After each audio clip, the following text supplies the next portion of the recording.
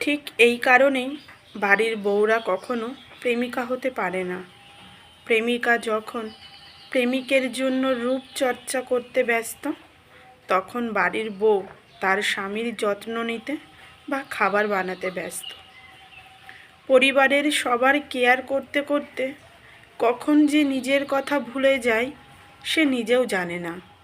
সেই কবে চুল আঁচড়িয়েছি সেটাও হয়তো মনে নেই।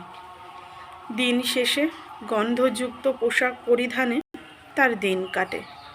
পারফিউম কী জিনিস সেটা বোঝার মতো সময় সুযোগ তার কোনোটাই হয় না। অথচ একটাই আফসোস, কি জানেন?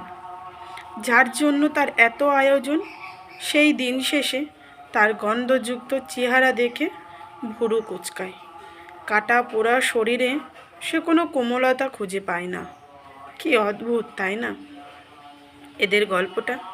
হ্যাঁ, কিন্তু এটাই বাস্তব।